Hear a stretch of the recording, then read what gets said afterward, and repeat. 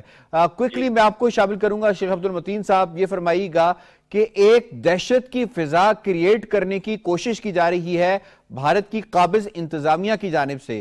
ماضی کا ہمیں ایسے لگ رہا ہے جیسے ماضی کے سیزنز یا سیکولز جو ہیں وہ چلائے جا رہے ہیں, ان کو ریپیٹ کیا جا رہا ہے.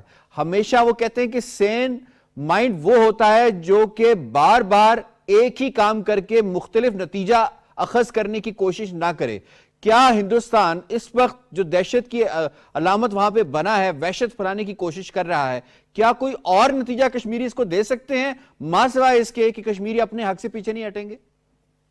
دیکھیں, پہلے تو ہمیں دیکھنا ہے کہ کشمیریوں کی یہ جو جدوجہد ہے, جو بہت مطلب نا لانگ جدوجہد ہے, کشمیریوں کا جو حوصلہ ہمت ہے, جس طرح وہ مطلب نا ان نامساعد حالات کے باوجود بھی اپنی تحریک کو جاری رکھے ہوئے ہے, تو اس کا مطلب یہ ہے کشمیری اپنی تحریک سے کبھی نہیں ہٹیں گے.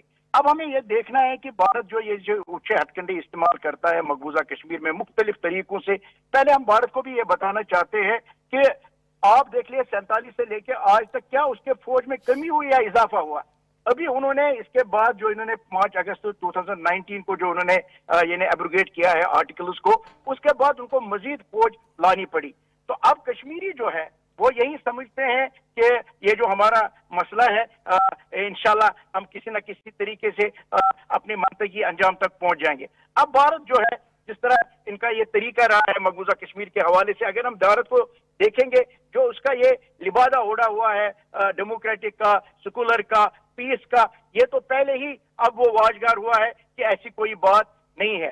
اگر بھارت نے اسی طرح طریقہ رکھا ہے تو میں آپ کو وثوق کے ساتھ کہوں گا, دیکھیں نا کل جو یہ واقعہ ہوا ہے ہمارے بچوں کے ساتھ, اور وہ بچے سوچنے لگے ہیں کیا ان کے بچوں کو اگر اسی طرح وہ انڈیا میں ان کو وہ اگر اسی طرح مریں گے یہ جو مسٹیریس گولیوں سے اور یہ فورس کے ساتھ اور ظلم کے ساتھ, جبر کے ساتھ, تو ان پہ کیا گزرے گی.